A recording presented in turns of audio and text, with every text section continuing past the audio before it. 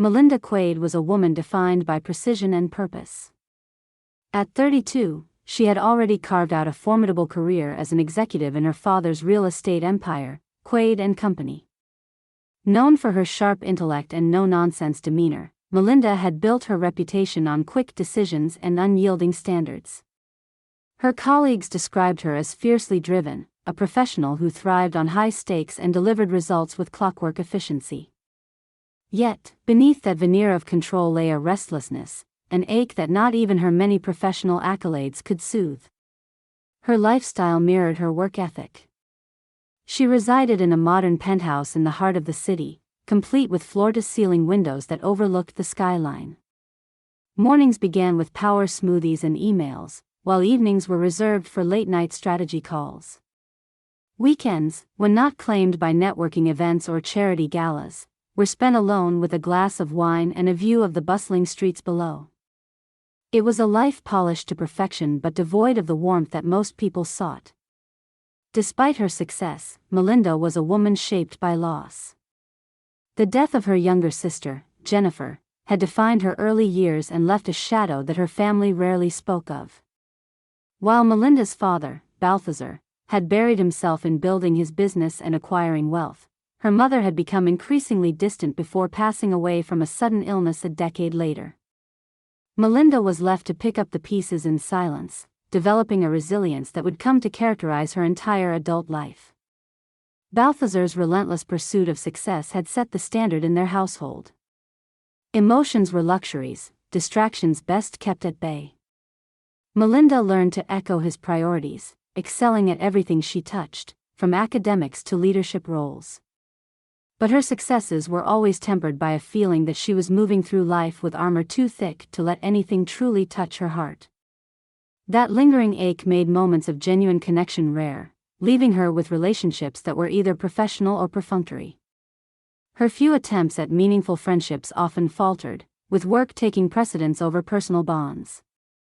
Melinda's love life was a string of relationships that fizzled out as soon as potential partners realized her heart was kept under lock and key. If asked, she would smile and say she simply hadn't found the right person. But the truth was simpler: letting people in felt like a risk she wasn't ready to take.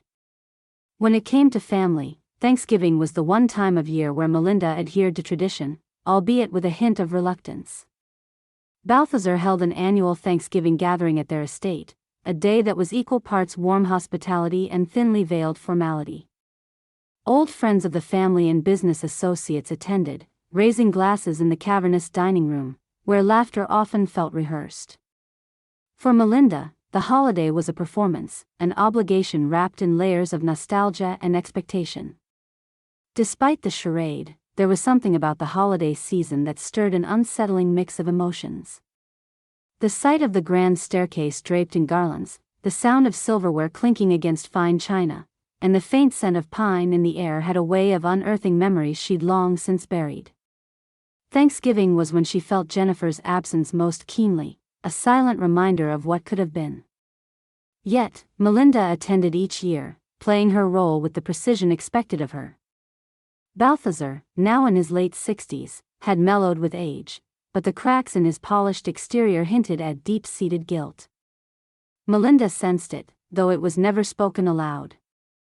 Their conversations were civil but lacked the comfort and ease that might have bridged their shared loss. Still, the idea of family held a complicated allure, a blend of obligation, resentment, and the faintest hope that maybe, just maybe, the past could be mended. This year, something felt different. A gnawing curiosity about reconnecting with something more authentic had taken hold of her, nudging her out of her strict routine.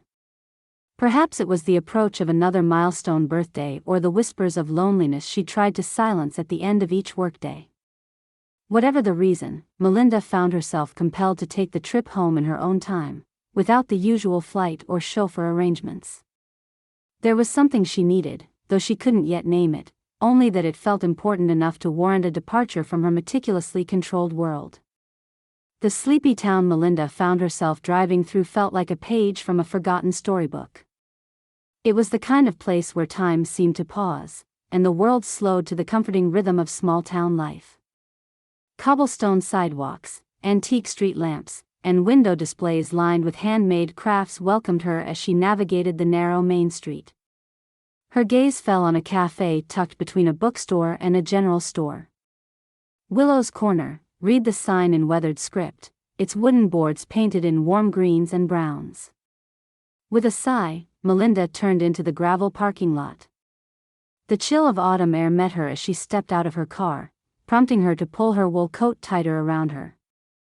A bell above the café's door chimed as she entered, and the room enveloped her in warmth and the aroma of cinnamon, fresh coffee, and baking pies. A sudden pang of nostalgia tugged at her, drawing memories of family kitchens and childhood giggles that seemed a lifetime away. The café was cozy, almost an extension of someone's living room, with its mismatched furniture, crocheted blankets draped over chairs, and shelves lined with books and potted plants. Melinda scanned the room, catching snippets of conversation and quiet laughter. Then her eyes froze on a figure behind the counter, and everything else melted away. The waitress was young, probably in her late 20s, with auburn hair tied in a loose ponytail that cascaded over one shoulder. Her face, so familiar that Melinda felt the air rush from her lungs, was a near-perfect reflection of Jennifer's. The resemblance was uncanny, down to the way she tilted her head when she spoke and the way her eyes crinkled at the corners when she smiled. It was as if the universe had opened a window to a past that Melinda had long believed sealed shut. But what truly anchored her in place was the silver pendant resting against the woman's collarbone. Its delicate, swirling design mirrored the one Jennifer had worn, a gift from their father that Jennifer had cherished, and that had been presumed lost in the aftermath of the accident. Melinda's heart thudded in her chest, a wild, insistent rhythm that made her fingers tremble. "Hi there, welcome in." The waitress's voice was warm, with a slight lilt that hinted at familiarity and comfort. She looked up, her hazel eyes meeting Melinda's, and for a moment, recognition flickered, then faded as quickly as it had come. "Can I get you something to drink? We've got the best apple cider around." Melinda struggled for words, her throat tightening as she blinked away the rush of emotion. "Coffee. Black, please," she managed, her voice sounding far away, even to her. The waitress's eyes lingered, as though sensing something unsaid, before she nodded and turned to prepare the drink. Melinda watched, her mind racing. Every movement, every gesture brought her back to afternoons spent in the garden, Jennifer's laughter ringing out as they played their childhood games. The memories felt so vivid that it was almost as if Jennifer stood before her again, only older, alive. As the waitress returned with a steaming mug, Melinda finally found her voice, albeit haltingly. "I'm sorry, but you remind me of someone," she said, the understatement pressing heavy between them. The young woman smiled, a dimple appearing in her left cheek. "Funny how that happens. I've been told I have one of those faces." Melinda felt a shiver run down her spine. "Your name."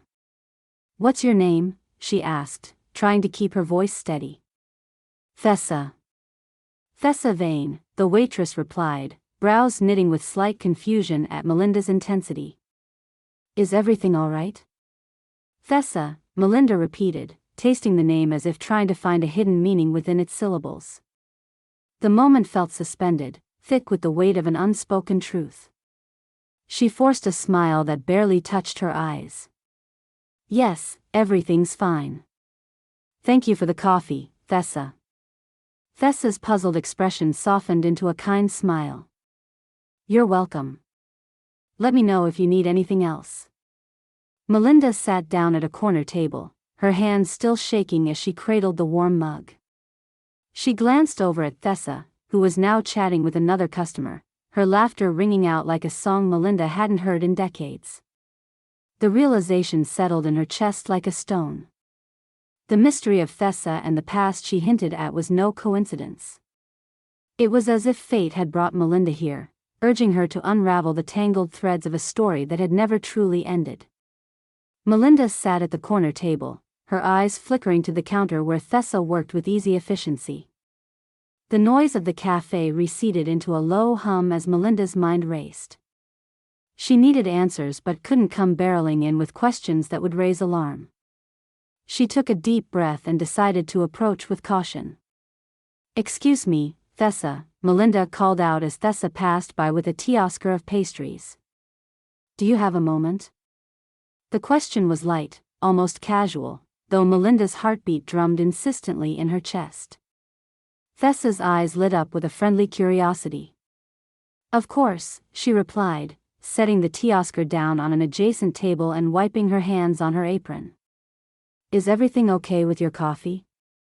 Melinda smiled, the kind of smile that masked a million unspoken words. "It's perfect.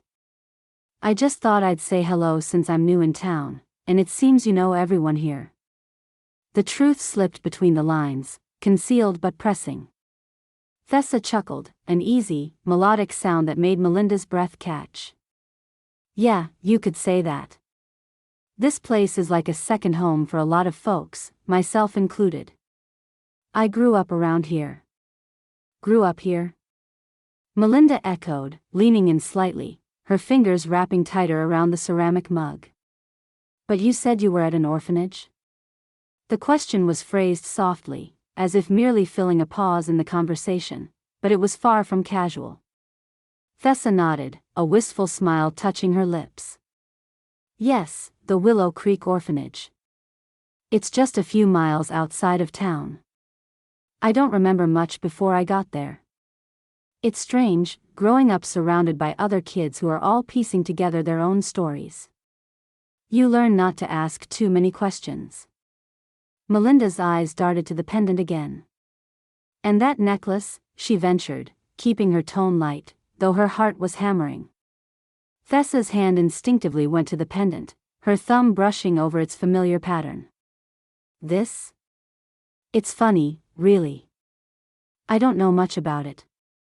There was this kind woman who used to visit the orphanage when I was little. She'd bring books and treats, but she never stayed long. Before she stopped coming altogether, she gave this to me and said it was special, that I should keep it close." She laughed softly, though there was a glimmer of sadness in her eyes. "I always wondered who she was, but no one seemed to know." A shiver ran down Melinda's spine. The story felt like an echo of a long-forgotten chapter from her own life. The pendant, the mysterious visitor, it was too coincidental to ignore. She willed herself to stay calm, to think clearly. "That must have been hard, not knowing," Melinda said, her voice softening in empathy. Thessa's expression shifted to something more thoughtful. "It was, but I had the community. Mrs. Aloan, the director of the orphanage, was like a mother to all of us. And then, working here, it's funny how life finds ways to give you a place to belong, even if it's not the one you imagined." The weight of the conversation sat between them, heavy and humming with untold stories. Melinda's gaze lingered on Thessa, the likeness to Jennifer striking her anew with every glance. It was uncanny, not just in appearance but in small, almost imperceptible quirks, the tilt of her head when she listened, the way her eyes crinkled when she smiled. "So you stayed in town after you grew up?" Melinda asked, hoping to keep the conversation flowing, to learn more without prying too obviously. Thessa nodded, shifting her weight slightly as a new customer walked in. "Yeah, I never felt the urge to leave. This town is home. I have good friends here, and I get to meet interesting people every day," she said, giving Melinda a knowing look that carried a hint of teasing. "Like you." Melinda's practiced composure slipped just enough to let out a small laugh, the sound surprising even her. "I suppose I am an unusual sight around here," she admitted, though her mind was still turning over every detail, dissecting the pieces that didn't add up, those that did. The bell above the café door chimed again, and Thessa glanced over before sighing lightly. "Duty calls," she said, nodding toward a small group waiting to be seated. "But don't be a stranger, Melinda. I'd like to hear more about this person I remind you of, someday." A rush of emotions knotted in Melinda's chest. "I'd like that," she replied, the words tasting bittersweet as she watched Thessa move away to greet the new customers. Alone again at her table, Melinda let her eyes drop to the coffee, now lukewarm and untouched. She could feel the weight of questions pressing against her temples, urging her to dive deeper, to search for clues she wasn't sure she was ready to find. The image of the pendant glinting around Thessa's neck replayed in her mind, a silent dare to look beyond the surface and risk unearthing the truth. Thessa's laughter floated across the room, mingling with the clatter of cups and the low hum of conversation. Melinda couldn't help but wonder, was she grasping at shadows, or had fate truly led her here for a reason? The late afternoon sun was already casting long shadows across the road as Melinda pulled out of the cafe parking lot. She gripped the steering wheel, replaying the conversation with Thessa in her mind. The resemblance, the pendant, the details of her past, there were too many coincidences to ignore. Every instinct told her that this was more than a chance encounter. Yet, part of her whispered that she might be chasing ghosts, holding on to hope where there was none. By the time Melinda reached the winding drive that led to the Quaid estate, the sky had deepened to a dusky blue. The house, a sprawling structure of old stone and ivy-covered walls, stood proudly against the horizon, its windows glowing warmly. The scent of burning logs from the fireplaces mingled with the crisp air, and a hint of roasted turkey and spiced cider wafted through the entrance as she stepped inside. "Melinda, there you are," called Aunt Mavis, who was always the first to spot her. With her bright red lipstick and oversized cardigan patterned with dancing turkeys, she was hard to miss. Mavis enveloped Melinda in a hug that smelled of cinnamon and strong perfume, pulling back to study her niece's face. "You look tired, dear. The city life still taking its toll?" she asked, patting Melinda's cheek in her usual dramatic fashion. Melinda managed a smile. "I'm fine, Aunt Mavis. Just a long drive. Come help me with the cranberry sauce," a voice called from the kitchen. It was her cousin Ben, apron askew and hair tousled as always. He was the family's self-appointed chef, who liked to experiment with dishes to varying degrees of success. "Ben's already burned the first batch," Mavis whispered conspiratorially, making Melinda's smile widen. The house was buzzing with the usual pre-Thanksgiving energy, the sound of pots clanging, snippets of conversation overlapping, and the faint strains of holiday music playing from an old record player. It was chaotic but familiar, comforting in a way Melinda rarely admitted. She moved through the rooms, exchanging quick greetings with relatives who ranged from genuinely happy to see her to those who only paused long enough to ask about her career before moving on. There was Uncle Oscar, who always cornered her with stories that went nowhere, and Aunt Nerita, who commented loudly about Melinda's single status with thinly veiled disapproval. But the noise, the laughter, even the exasperating chatter, all reminded her why she still came back, despite everything. "Melinda." Her father's voice cut through the din, deep and commanding as always. Balthazar Quaid stood by the fireplace, dressed in a tailored sweater that did nothing to soften his steely demeanor. The lines on his face were sharper now, age lending him a sternness that was offset only by the briefest hint of a smile reserved for his daughter. He approached and kissed her on the cheek. "Glad to have you home."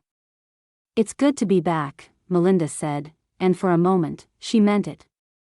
The distance between them was palpable but familiar, a dance they both knew well. After hours of bustling preparations and narrowly avoiding Ben's second attempt at cranberry sauce, dinner was served. The long mahogany table was adorned with heirloom candlesticks and an impressive floral centerpiece.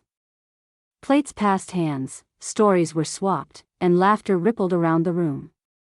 Melinda found herself caught between feeling part of it all and standing on the outside, watching a performance she knew by heart. When the main courses were cleared and dessert plates brought out, the conversation took on a more relaxed air. It was then, as she sipped her wine, that Melinda decided to break the silence that had been gnawing at her. "I had the strangest experience on the way here," she said, glancing around the table. The noise quieted as relatives leaned in, eager for a story. "I stopped at a café in a little town off the main road. There was a waitress there who looked exactly like Jennifer." The words left her mouth carefully, deliberately. She even had that old pendant. The one Jennifer used to wear. A hush settled over the room, broken only by the sound of Ben's fork clattering onto his plate. Balthazar's jaw tightened imperceptibly, his eyes narrowing as he looked at Melinda. "Melinda, you know how memories can play tricks. Let's not dwell on the past tonight," he said, his voice measured but laced with a warning. "But, Dad," she mentioned being adopted and not knowing her background. "It was uncanny," Melinda pressed, feeling the charged energy shift across the table. Aunt Mavis's brows knitted together as she whispered, "What do you mean, the Benet pendant?" Ben glanced from Melinda to Balthazar, the curiosity in his eyes quickly fading to discomfort when he caught his uncle's expression. Balthazar's response was swift. "Enough," he said, louder this time, drawing every gaze to him. He forced a smile that didn't reach his eyes. "It's the holidays, Melinda. Let's keep it light." The room buzzed with unspoken questions as Balthazar took a deliberate sip of his drink, signaling the end of the conversation. The chatter soon resumed, albeit more subdued, with sideways glances exchanged across the table. Melinda's stomach churned as she met her father's eyes one last time. There was something there, a flicker of recognition, of unease, before he looked away. As the dinner wore on, Melinda's mind kept returning to the café, to Tessa's smile, to the way her father had shut down the conversation with a finality that bordered on desperation. Whatever secrets were hidden in the past, they were closer to the surface than she had ever imagined. The house settled into its familiar nighttime rhythm, the hum of conversation giving way to the creak of footsteps on the staircase and the soft closing of bedroom doors. Melinda lay on her childhood bed, staring at the ceiling as the shadows of tree branches outside swayed in the moonlight. Sleep felt impossible. Her mind replayed the dinner, her father's abrupt dismissal and the murmur of confused relatives still swirling like echoes in her ears. She sat up, glancing at the clock on the nightstand. It was nearly midnight. A memory surfaced, unbidden. When she was a little girl, she and Jennifer would tiptoe into the attic during storms, giggling as they unearthed old photographs and forgotten trinkets under the dim glow of a single bulb.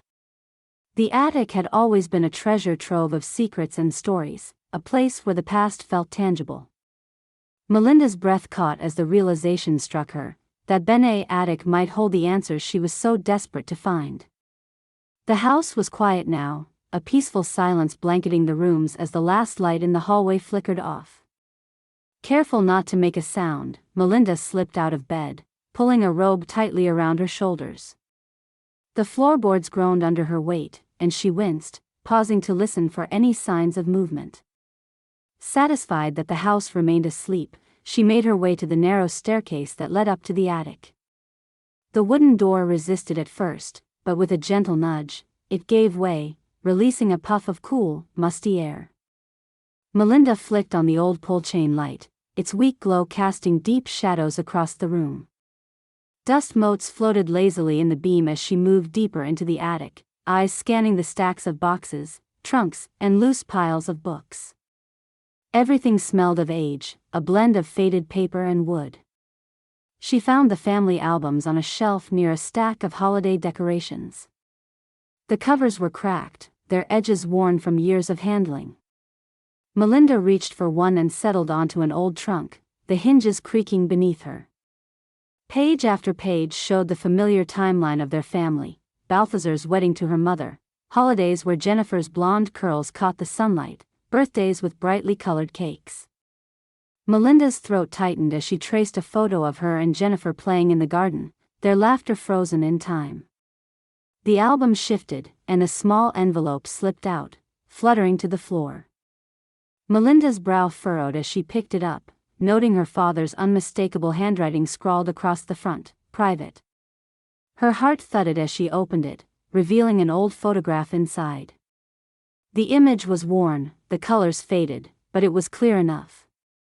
There was Balthazar, younger, standing beside a woman Melinda didn't recognize.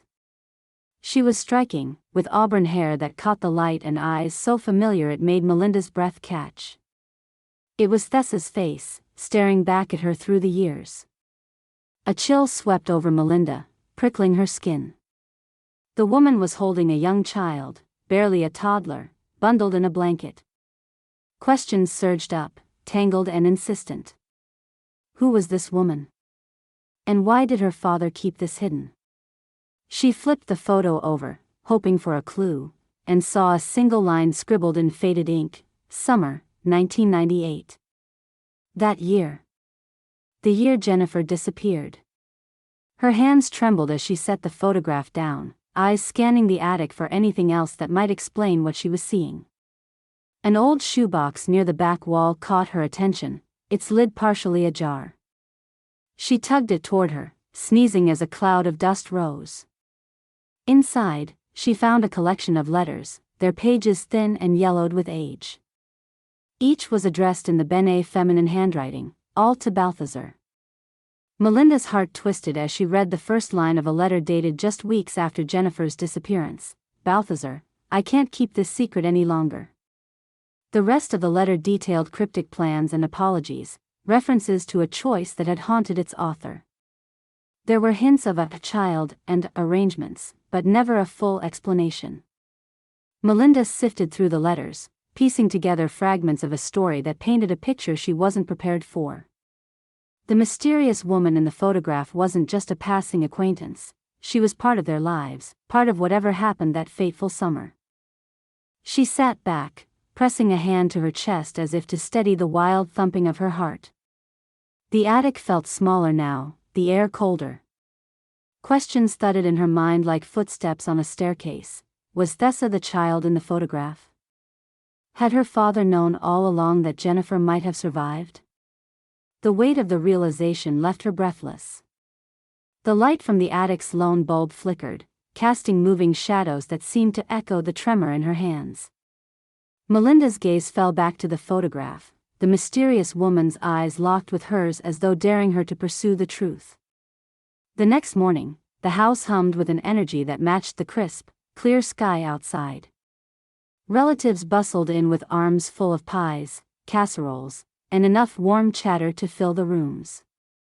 The scent of rosemary and garlic mingled with the cinnamon undertones of baked goods, weaving a comforting backdrop to the day's chaos. Melinda moved through the kitchen, helping set platters and passing drinks, all the while casting furtive glances at her father. Balthazar stood in the corner, discussing an investment portfolio with Uncle Oscar, his expression composed and practiced. Melinda's mind churned with the secrets she'd unearthed in the attic, the image of the woman with Thessa's face etched into her thoughts. But each time she tried to catch Balthazar's eye, another relative would appear, demanding attention or sharing a story punctuated by loud laughter. Time ticked by, slipping through her fingers like grains of sand. The air felt thicker with every passing hour. Melinda, can you help with the table settings? Ben called, waving a handful of cutlery. She forced a smile and joined him, her mind only half present as she arranged the polished silverware in neat rows. Is everything okay? You seem somewhere else, Ben said, his tone light but curious. I'm fine, Melinda replied, too quickly. She shot a glance at her father, now shifting from the conversation with Oscar to talking to Aunt Mavis, who was already 2 stories deep into her annual gossip marathon. The day unfolded in a blur of small talk and interrupted moments, the weight in Melinda's chest growing heavier with each passing minute. Finally, after the last round of pumpkin pie had been served and the plates were being cleared, Balthazar excused himself to his study. Melinda seized the moment. She slipped away from the dining room and followed him down the hall, her pulse thrumming with urgency. She found him at his desk, the light from the window casting deep lines across his face. Balthazar looked up, eyebrows lifting in surprise that quickly shifted to guarded curiosity. Melinda? Everything all right? He asked, setting down his reading glasses. No, Dad. Everything's not all right, she said, shutting the door behind her. The click of the latch felt final, like a starting pistol in a race she'd avoided for too long. She took a deep breath, willing her voice to stay steady. I found something in the attic last night. A photograph. A woman who looks exactly like Thessa. And letters. Letters that talk about secrets and a child. Balthazar's face blanched, and for a moment, the mask he wore so carefully slipped. His hand tightened around the edge of the desk, knuckles whitening. "Melinda, you shouldn't," he started, but she cut him off. "No, you don't get to shut me down this time. I need answers, and I need them now," she said, the force of her words surprising even her. The silence that followed was dense, broken only by the soft tick of the grandfather clock in the hallway. Balthazar exhaled, a long, shuddering breath. He turned to the window, staring out as if gathering his thoughts from the yard below. "It was the summer after we lost Jennifer," he began, his voice hoarse and measured. "There were rumors. Whispers that she might have survived the accident. I didn't know what to believe, Melinda. I didn't want to believe it. Holding on to that hope would have destroyed me, destroyed us. But you didn't tell anyone," she pressed, the anger in her chest giving way to something raw and painful. "Not even Mom?" Balthazar's shoulders sagged, the weight of old grief settling back into place. "Your mother," she couldn't bear the topic. After the accident, every mention of Jennifer was like opening a wound. But there were moments, fleeting ones, when I thought I saw her. In crowds, in passing cars. I thought I was losing my mind. And then there was that woman. She came to me, said she had information, but it was never concrete. Just hints, fragments." Melinda's heart pounded as the pieces fell into place. "The woman in the photograph," she whispered. Balthazar nodded, eyes clouded with the weight of memories. "Her name was Zephra. She said she had been helping a child who matched Jennifer's description. But before I could learn more, she disappeared. Letters stopped, visits were cut off. I searched, Melinda. For years. But there was nothing. Just silence. The room seemed to shrink, walls pressing inward with the revelation. Why did you keep this from me? From all of us? Melinda asked, her voice cracking. Balthazar's eyes, usually so hard and unwavering, were now rimmed with moisture. Because hope is a cruel thing when it's unfounded. I thought it was kinder to let you grow up without the burden of what if. But now, seeing your face, I wonder if I was wrong. Emotion tightened Melinda's throat. She glanced at the papers on his desk, old contracts, and neat stacks that suddenly felt trivial in comparison. Dad, there's a waitress in town who looks exactly like Jennifer. She has the Benet pendant. A sharp intake of breath escaped Balthazar, and he turned fully to face her. His expression was a mix of disbelief and a flicker of something she hadn't seen in years, hope. Thessa, Melinda said, the name a bridge between past and present. The revelation spread through the house like wildfire, igniting a whirlwind of speculation and excitement. Melinda's voice was firm as she shared what she and Balthazar had discovered, and as she recounted her encounter with Thessa, relatives leaned in, eyes wide, expressions flitting between astonishment and anticipation. Aunt Mavis, always the most vocal, gasped and clutched her chest. She could be Jennifer? After all these years? Ben, his brows knitted in a mix of confusion and hope, muttered, "It seems impossible, but if it's true." Conversation swirled, overlapping as questions shot around the room. Uncle Oscar, ever the skeptic, shook his head.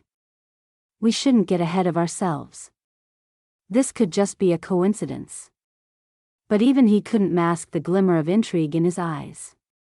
The kitchen, now a hive of speculation, buzzed with energy as plates and glasses clinked amid excited chatter. The usual festive preparation for Thanksgiving had taken on an entirely different tone. Balthazar stood in the doorway, watching the scene unfold with an unreadable expression. He caught Melinda's gaze and gave her a small nod, the silent communication between them clearer than any words. It was up to her to follow this path now. The past had been buried long enough. All right, Melinda said, raising her voice just enough to quiet the room. I need to go back to the cafe and talk to Tessa. If there's even a chance that she's connected to us, she deserves to know. I'll go with you, Ben volunteered, eyes bright with determination. Others began to murmur offers of accompaniment, but Melinda raised her hand. Just a few of us. We don't want to overwhelm her. In the end, Ben and Aunt Mavis joined her, leaving Balthazar to pace the length of his study. His absence spoke volumes. Facing the possibility of a second chance was as frightening as it was thrilling. The drive to Willow's Corner felt longer this time, a tense silence filling the car. When they arrived, the cafe was quieter than it had been the day before. The lunchtime crowd had thinned, leaving a handful of regulars scattered at tables. Tessa stood behind the counter, wiping down surfaces and humming a tune that sent a pang through Melinda's chest. Tessa, Melinda called, trying to keep her voice steady. The young woman turned, eyes lighting up with recognition, though her smile wavered when she saw their serious expressions. Hey, Melinda, Tessa said, glancing curiously at Ben and Mavis. Back so soon? Yes, and I have something I need to show you, Melinda said, stepping forward and pulling the photograph from her coat pocket. She handed it to Tessa, who looked down, her eyes widening as she traced the image with her fingertips. This is her, Tessa said softly, the color draining from her face. She's the woman who used to visit me at the orphanage. I remember she would always bring a little box of caramel candies and tell me stories. I thought I'd dreamed her up over the years. Mavis exchanged a look with Ben, tears brimming in her eyes. Tessa, we think this woman might be connected to our family, Melinda said, her voice tight with emotion. We think she might have known my sister, Jennifer. Tessa's hand shook as she passed the photograph back. I never knew her name. She would come and go, always looking over her shoulder like she was worried someone would see her.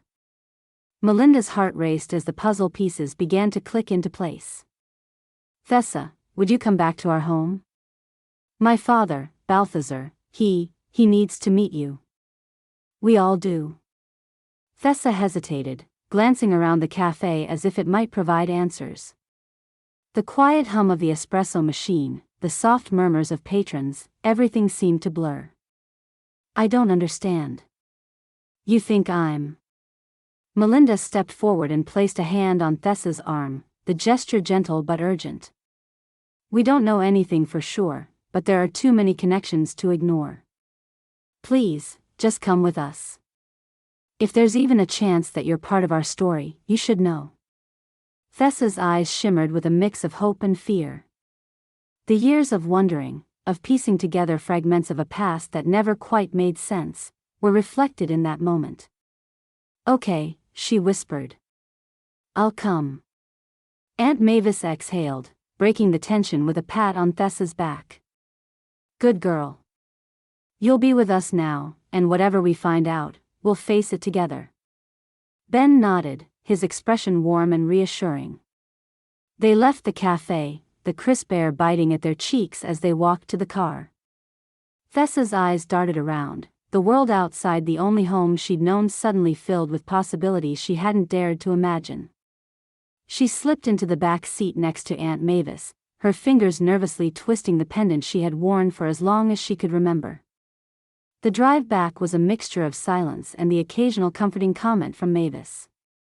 Melinda's hands gripped the steering wheel, knuckles pale as she navigated the familiar roads.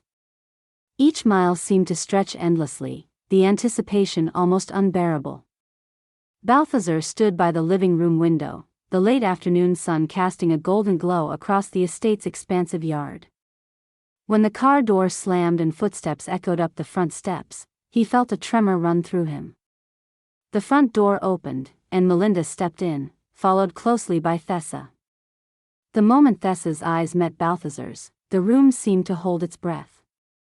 His face turned ashen, and the slight tremble in his legs became evident as he reached for the back of a chair for support. Dad! Melinda moved quickly, placing a steadying hand on his arm. Ben stepped forward and guided him to the nearest chair, while Aunt Mavis whispered a piosquer under her breath, her eyes glistening. Balthazar sat down, eyes locked on Thessa, who stood frozen in place, the warmth of the house and the multitude of expectant gazes overwhelming her. She felt a jolt deep in her chest, flashes of fragmented memories flickering like a silent movie, tiny hands holding hers, the smell of fresh-cut grass, a voice that called out her name in laughter. Tears pricked the corners of her eyes as the memories ebbed and flowed, half-formed yet achingly familiar. "You look just like her," Balthazar finally whispered, his voice breaking. Thessa's breath caught, the room blurring as the gravity of his words sunk in. He looked at her with a mix of awe, grief, and longing. "I'm sorry. I'm so sorry for all the years lost," he continued, his eyes clouded with unshed tears. "I should have tried harder. I should have done more." A hush fell over the room, the usually jovial space now charged with raw emotion. Thessa moved forward, drawn by something deeper than curiosity, and knelt in front of Balthazar. "I didn't know," she said, her voice trembling. "I didn't know who I was or where I came from. I always wondered why I felt different." Balthazar reached out, his hand shaking as he touched the silver pendant that hung from Thessa's neck. "This," he said, voice thick with regret, "was Jennifer's. I gave it to her when she was just a child. It was the only thing we found missing after." He trailed off, unable to finish the sentence as a tear traced down his cheek. Melinda, standing close by, felt her own eyes well up, the ache of longing mixed with the bittersweet sting of hope. Thessa's eyes widened as more flashes of memories broke through, running through a garden, the sound of children's laughter, and the warm, reassuring touch of a hand guiding her. Her own tears fell freely now, and she took Balthazar's hand in hers, holding it tightly as if to anchor them both in that moment. "I think I remember you," she whispered, the words coming out almost as a question, as if she needed confirmation. Balthazar nodded, his expression crumbling into relief and sorrow. "I'm so sorry, Thessa. I let fear stop me from searching harder. I let the pain make me blind." Ben, who had been watching with a hand on his mother's shoulder, stepped forward. "There's time now," he said softly. "Time to start again." The tension in the room eased, shifting from shock to quiet joy. The family's murmurs filled the space, soft conversations threading between the moments of silence. Aunt Mavis dabbed her eyes with a napkin, then stood up straighter, a determined look on her face. "Well, we have a Thanksgiving dinner waiting. No more tears, just for tonight. We have blessings to share," she said, her voice cracking but resolute.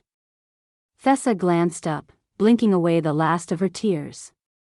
Melinda met her eyes and smiled, a tentative expression that quickly grew into one of true warmth.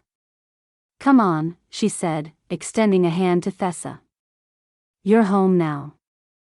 The dining room was aglow with candlelight, the golden glow playing off the polished silverware and crystal glasses. It was a scene steeped in tradition, but this year, it felt different, less formal, more real. Thessa took a seat between Melinda and Aunt Mavis, her heart thudding as the sense of sage stuffing, buttery rolls, and spiced cranberry filled the room. Balthazar stood at the head of the table, eyes scanning the faces around him before landing on Thessa. "Before we start, I want to say something," he said, his voice steady but emotional. "Tonight is more than just a Thanksgiving dinner. It's a chance to remember the past but, more importantly, to look forward. I have regrets, many. But I also have hope that we can heal, as a family." A soft round of applause followed, not the usual formal clapping, but the kind born from shared understanding. Plates were passed, stories were told, and laughter bubbled up between bites. Mavis recounted childhood pranks, making Ben groan as the table erupted into giggles. Even Balthazar joined in, a rare smile breaking across his face as he listened, the weight on his heart lifting. Thessa found herself laughing, too, the sound surprising her as it left her lips. It felt as if she were reclaiming a piece of herself that had been missing for too long. She turned to Melinda, who was watching her with a mixture of joy and relief. "Thank you," Thessa said softly, the words encompassing so much more than gratitude for an invitation. They were for the chance to belong, to fill a space she hadn't known was empty until now. Melinda squeezed her hand under the table. "We're just getting started," she replied, eyes glistening. And as the meal went on, with glasses raised in toasts and stories shared well into the evening, the house, once marked by the echoes of loss, resonated with the warmth of reunion and the promise of new beginnings. The following weeks passed in a flurry of anticipation and quiet hope. The DNA test felt like a formality now, a way to solidify the truth that the entire family felt in their bones.